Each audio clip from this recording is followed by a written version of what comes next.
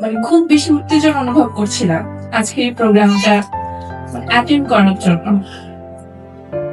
মানে এই ফিলিংসটা মানে কোয়ান্টামের কোনো প্রোগ্রাম হলে আমার শুরু থেকে মনে হয় যাচ্ছে এটা করতে হবে ওইটা করতে হবে, বা আমি যাব তার আগে যেহেতু অস্মিতা আছে।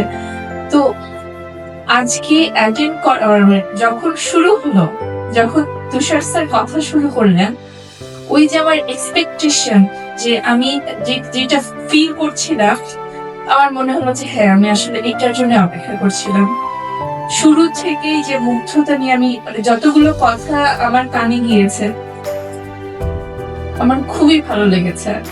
শুরু থেকে যেটা ছিল নিজেকে জানা, প্লাস স্ট্রেস রিলিফ করা, তারপরে দম চর্চা, ব্যায়াম, মেডিটেশন, গানের যে ব্যাপারটা, এইগুলো প্রতিটা আমার সাথে, আমার পরিবারের সাথে, আমার বাচ্চার সাথে রিলেটেড। গানের যে ব্যাপারটা, অস্মিত এমন ভাবে ব্যাপারটাকে নিজের ভেতরে নিয়েছে যে ও যদি কোনো কয়েন পায়, আমাদের বাসায় 3টা ব্যাংক আছে আমি বলে রাখি। একটা হচ্ছে অস্মিতের নিজের, একটা আমাদের পারিবারিক ব্যাংক আছে যেটা আমরা কখনো টাকা ফেলতে ইচ্ছে হলে আমি বা আমার হাজবেন্ড আমরা ফেলি, কখনো অস্মিতকে দিয়ে ফেলাই, এবং একটা আছে কোয়ান্টামের ব্যাংক। 3টা ব্যাংকের মধ্যে কোয়ান্টামের থেকে যেটা দানের ব্যাংকটা, সেই ব্যাংকটা সবসময় সামনে থাকে। তো অস্মিত কখনো যদি কোনো টাকা পায় কোন ব্যাংকে ফেলে বলেন তো? কোয়ান্টামের ব্যাংকটাতেই ফেলে অস্মিত। এবং ও জানে যে ব্যাংক টাকা পেলে ওই ব্যাংকেই ফেলতে হবে। তো সৃষ্টিকর্তাকে অনেক কৃতজ্ঞতা যে আমার বাচ্চাটার মানে যখনই টাকা পায় সে ওই ব্যাংকেই ফেলে। তো আমি সবসময় মানে সৃষ্টিকর্তাকে বলি যে ও তো বুঝছে না, ও কোনো নিয়তে ফেলছে না, কিন্তু ওকে তুমি সুস্থ রেখো। আমার এটাই চাওয়া যে ও যেন ভালো থাকে, সুস্থ থাকে। আর আজকে যে আলোচনাগুলো হয়েছে, আমি পার্সোনালি কানেক্টেড সবগুলোর সাথে।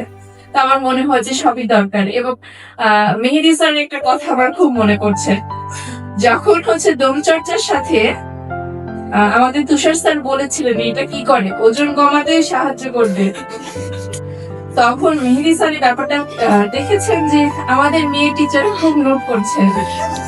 তার আগে অনেক কথা হয়েছে, কেউ কোনো কিছু লিখে নাই, এখানে অনেক আমাদের ইয়ে এসেছে স্ক্রিনে, ওগুলো নিয়ে কেউ নোট করেনি, কিন্তু যখন যেই বলেছে এটা ওজন কমাবে, মেহেদি স্যার আমার দেখেছে যে হ্যাঁ এটা তো আমাদের টিচাররা খুব ইন্টারেস্ট ফিল করছে এই ব্যাপারটা।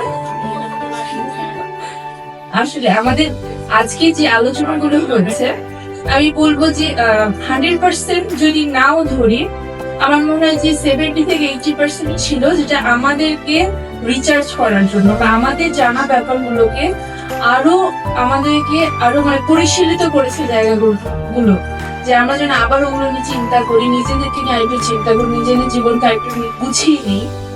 মাঝে মাঝে এরকম হয়, স্ট্রেস এত বেড়ে যায় যে সবকিছু মনে হয় এলোমেলো, মনে হয় যে আমি মনে হয় পারছি না, আমি মনে হয় পারবো না। কিন্তু আজকে এই আমি পার্সোনালি আবার রিচার্জ হয়েছি। আমার মনে হয় আমার মতো অনেকেই হয়েছেন, জায়গাগুলো কোঅর্ডিনেট করবেন।